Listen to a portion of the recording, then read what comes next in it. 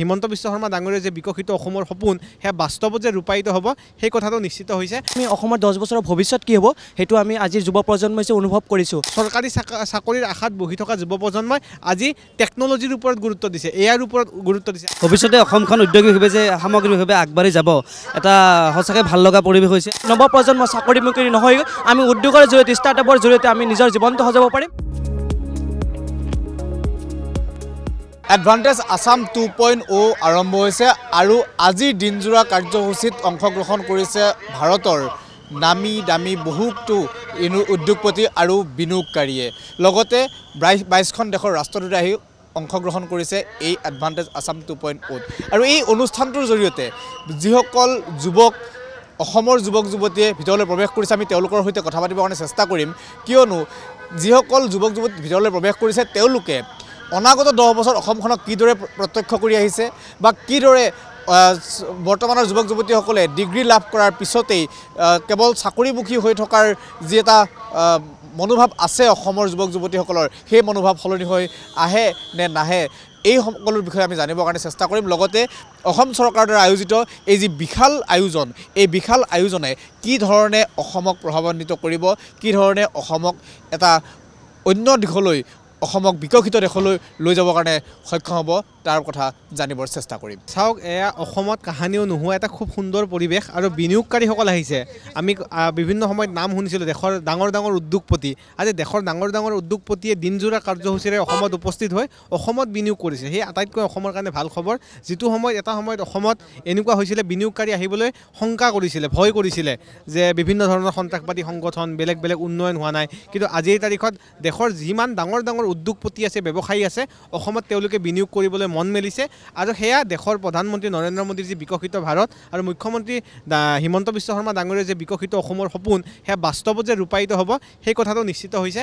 আৰু ইয়াৰ জৰিয়তে অসমৰ হাজাৰ হাজাৰ নিবনুৱা যুৱক যুৱতী সংস্থাপিত হ'ব বিভিন্ন ক্ষেত্ৰত।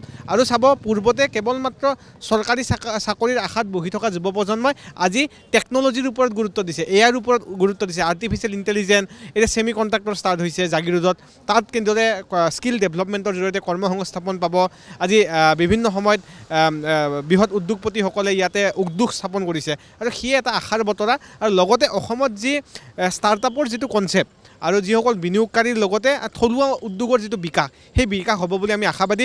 ইয়াত সুন্দৰকৈ যিসমূহ এক্সপ' আছে, এক্সপ' মেলাত বিভিন্ন অসমৰ থলুৱা সাজপাৰ, থলুৱা খাদ্য, থলুৱা যিবিলাক প্ৰডাক্ট এইসমূহ উপস্থাপন কৰা হৈছে।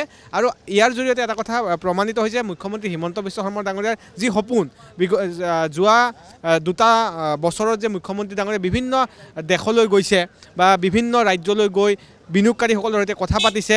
আৰু চাব, আজি আমি গৌতম আদানীয়ে হওক, আম্বানীয়ে হওক, টাটা গ্ৰুপেই হওক বা JSWয়ে হওক, বিভিন্ন ধৰণৰ গ্ৰুপসমূহ আহিছে, ইনভেষ্ট কৰিছে।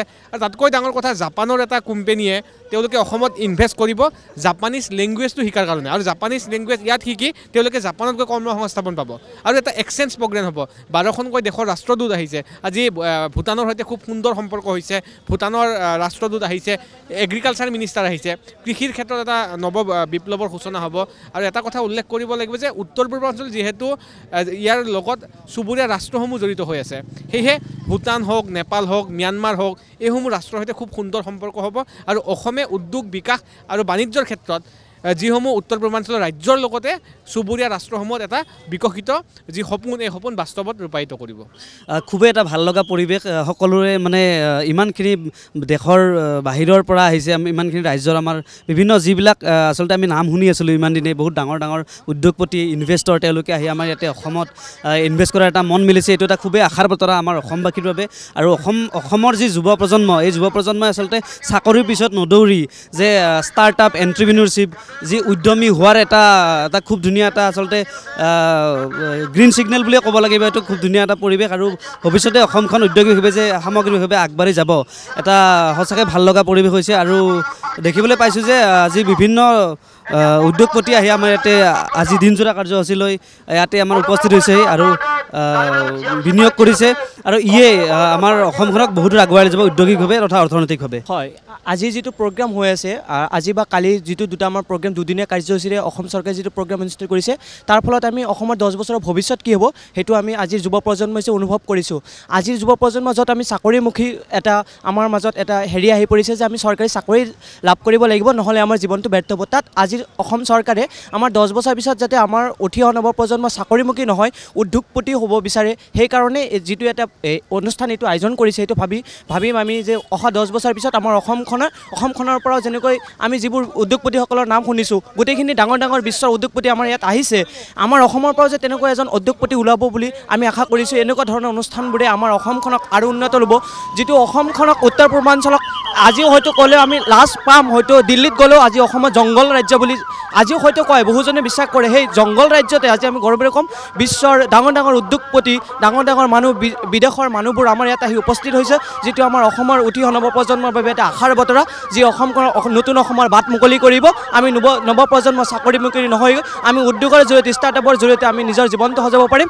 এটা সুন্দৰ অসম আমাৰ বিশ্বৰ বুকুত ৰচিত হ'ব। সেই ৰূপকোঁৱৰ জ্যোতিপ্ৰসাদ আগৰৱালা আগত দেখা সপোনটোৰে আমাৰ বৰ অসমৰ সপোন আমি বিশ্বত ঘূৰিত কৰিম বুলি অসমৰ যোনটো অনাগত 10 বছৰ আপকামিং 10 years মানে বহুত ব্ৰাইট হ'ব গৈ আছে, যিহেতু বহুত ইনভেষ্টাৰ্ছ আহিছে, ফৰেইন ইনভেষ্টাৰ্ছ হওক বা নেশ্যনেল ইনভেষ্টাৰ্ছে হওক, তেওঁলোকে মানে বহুত হিউজ এমাউণ্ট অফ মানি তেওঁলোকে মানে ইনভেষ্ট কৰিম বুলি প্ৰমিছ কৰি থৈ গৈছে। আৰু ইনফ্ৰাষ্ট্ৰাকচাৰে হওক বা জব চিনটোৱে হওক, মানে বহুত এটা ডেভেলপমেণ্ট এটা আহিব বুলি আশা কৰিছোঁ। ভিতৰত দেখিলোঁ এক্সিবিশ্যন চলি আছে, আৰু এক্সিবিশ্যনত অসমৰে বহুত ষ্টাৰ্টআপছ আহিছে আৰু বহুত এষ্টাব্লিছ বিজনেছবিলাক আহিছে, আৰু তেওঁলোকৰ লগত কানেকশ্যন কৰি তেওঁলোকৰ লগত কথা পাতি মানে বহুত মটিভেটেড ফিল কৰিছোঁ। তেওঁলোকো আমাৰ নিচিনা অসমীয়াই হয়, আৰু কিন্তু তেওঁলোকে কষ্ট কৰি পেলাই আৰু হাৰ্ড ৱৰ্ক আৰু স্মাৰ্ট ৱৰ্ক কৰি পেলাই তেওঁলোকে মানে যোনখিনি পাইছেহি সেইটো পাইছেহি। আৰু টেকন'লজিৰে হওক বা বায়'টেকেও হওক বা এগ্ৰিকালচাৰে হওক, মানে বহুত মানে বেলেগ বেলেগ ষ্টাৰ্টআপছবিলাক আহিছে, আৰু তেওঁলোকৰ লগত কানেক্ট কৰি ভাল লাগিলে। আৰু তেওঁলোকে মানে এনেকুৱা চলিউশ্যনছ প্ৰভাইড কৰিছে যোনবিলাকে মানে আমাক মটিভেট কৰিব, আমাক ইনস্পায়াৰ কৰিব। আৰু মানে এজ এন ইঞ্জিনিয়াৰ এইবিলাকে আমাৰ কাৰণে বহুত ডাঙৰ এটা মটিভেশ্যন ৰৈ যায়। অসমীয়া যুৱক হিচাপে মই আজি বহুত গৌৰৱান্বিত, যিহেতু আছাম এডভান্টেজ 2.0টো আমাৰ অসমত ভালদৰে আজি সুকলমে হৈ গৈছে। ভিতৰত সোমাই এনেকুৱা এইখিনি দেখিলোঁ যে আমাৰ এতিয়া ধৰক আমাৰ Assam engineering college, Jorhat engineering college, মই এজন যোৰহাট ইঞ্জিনিয়াৰিং কলেজৰ ষ্টুডেণ্ট হয়। আমি এতিয়া কিবা এটা জব কৰিবৰ কাৰণে আমি ধৰক বেংগালুৰু, হায়দৰাবাদ এইবিলাক ঠাইত যাব লগা হয়, আমি ঘৰৰ পৰা দূৰ যাব লগা হয়। কিন্তু এতিয়া যিহেতু আমাৰ ইয়াত ছেমি কণ্ডাক্টৰ এটা প্ৰকল্প আৰম্ভ হৈছে, তো তাত বহুতো যুৱক আমাৰ অসমৰ যুৱকে সংস্থাপন পাব। গতিকে তেনেকৈ আমাৰ অসমখন আগবাঢ়ি যাব বুলি আশা কৰিছোঁ আৰু।